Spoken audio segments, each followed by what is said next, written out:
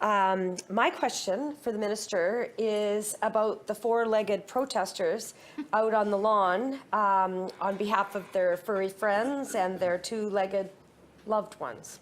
It pertains to the petition to amend the Residential Tenancy Act. And my constituent actually has a small corgi. She wrote me that this little dog is very well trained, but she wants to change her rental situation in North Van, but she can't afford to move because any of the places that she can afford, the landlords have said no pets allowed. According to the BC SPCA, over 1,700 domestic pets were surrendered in shelters in 2016 due to no pets, rental restrictions. Animals surrendered by their human guardians make up nearly 1/3 of all animals taken in by shelters. And of course, this is related to the housing crisis. Of the nearly 400,000 rental houses in BC, there is a vacancy rate of only 1.3%. And 1/3 of the tenants occupying these units have pets. Yet only 9% of the advertised rental units actually allow cats, and 3% only allow dogs. Anyways, half of all homeowners have pets.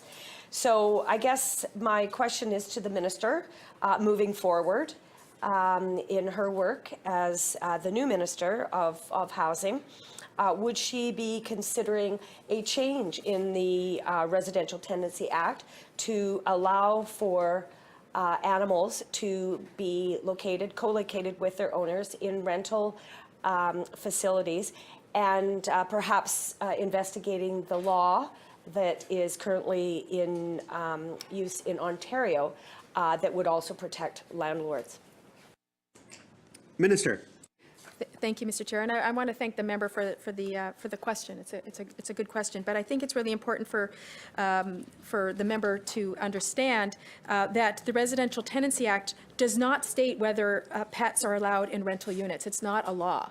That the province, pardon me, that there is nothing in the act that prohibits pets. That it's up to landlords have the freedom to choose to allow them or not. So there's nothing in our Residential Tenancy Act that says pets are not allowed. So there's nothing for us to amend on that perspective.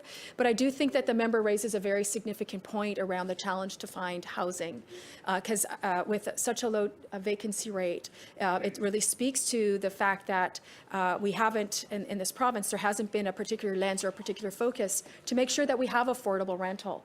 And that's the focus of our government, Mr. Chair, is to make sure that we have affordable rental so that we can get a healthier vacancy rate.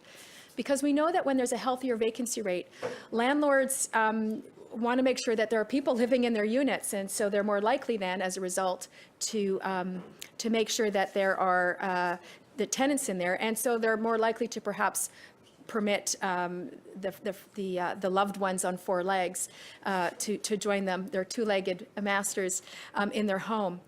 The other thing that's, I think, really important to consider is if,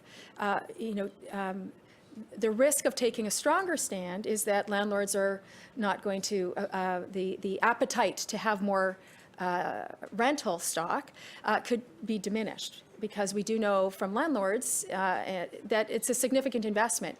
And so trying to find the balance, recognizing that we love our pets, and it's a really difficult situation. So our government is focusing right now on getting some affordable rental supply, making sure that we're getting that, because at the end of the day, having a healthier vacancy rate will provide the freedom that those with pets who want to move or who are looking for a place have the opportunity to do that and to live with their beloved furry friends. Member. Thank you very much, Chair. Just a follow-up question. So would the minister consider not allowing a blanket no pets allowed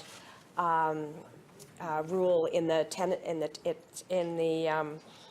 Tenancy Act, so that it would at least give landlords the option to obviously properly screen their potential tenants, but also it would put a stop to the blanket statement that all these landlords could just say no pets? Minister. Thank you. Thank you for the question. I do want to add one more thing, because there are some provisions in here that speak to pet policy. The Act was updated and brought into force in 2004, which I think is important because it was when her government was in power. But one of the things that's in there that I think is really important to get on the record is that there are provisions around pet damage deposits that were included in the Act at the time to encourage landlords to be more accepting of pets and to provide them with extra protection for potential costs associated with allowing pets in their building.